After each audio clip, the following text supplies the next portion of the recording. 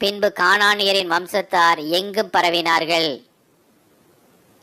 கானானியரின் எல்லை சீதோன் முதல் கேரார் வழியாய் காசா மட்டுக்கும், அது முதல் சோதோம் கொமாரா அத்மா சேபோயிம் வழியாய் லாசா மட்டும் இருந்தது.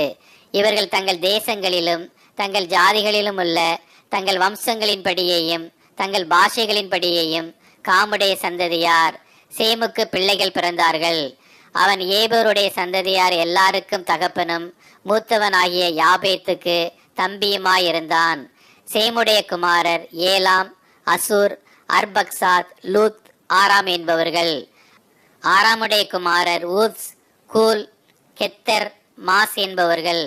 அர்பக்சாத் சாலாவை பெற்றான். சாலா ஏபேரை பெற்றான். ஏபேருக்கு 2 குமாரர் பிறந்தார்கள். ஒருவனுக்கு பேலகு என்று பேர், ஏனெனில் அவனுடைய நாட்களில் பூமி பகுக்கப்பட்டது.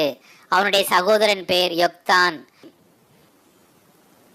யொக்தான் அல் மோதாதையும் சாலேப்பையும் அசர்மாவேத்தையும் ஏராகையும் அதோராமையும் ஊசாலாயும் திக்லாவையும் ஓபாலையும் அபிமாவேலையும் சேபாவையும் ஒப்பீரையும் ஆவிலாவையும் யோபாபையும் பெற்றான்.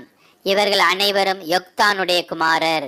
இவர்களுடைய குடியிருப்பு மேசா துவைக்கு கிழக்கேயுள்ள மலையாகிய செப்பாருக்கு போகிற வழி மட்டும் இருந்தது.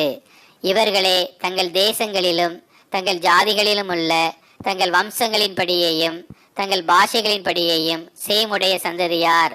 தங்கள் ஜாதிகளில் உள்ள தங்களுடைய சந்ததிகளின்படியே நோவாவுடைய குமாரரின் வம்சங்கள் இவைகளே. ஜல பிரளயத்துக்கு பின்பு இவர்களால் பூமியிலே ஜாதிகள் பிரிந்தன.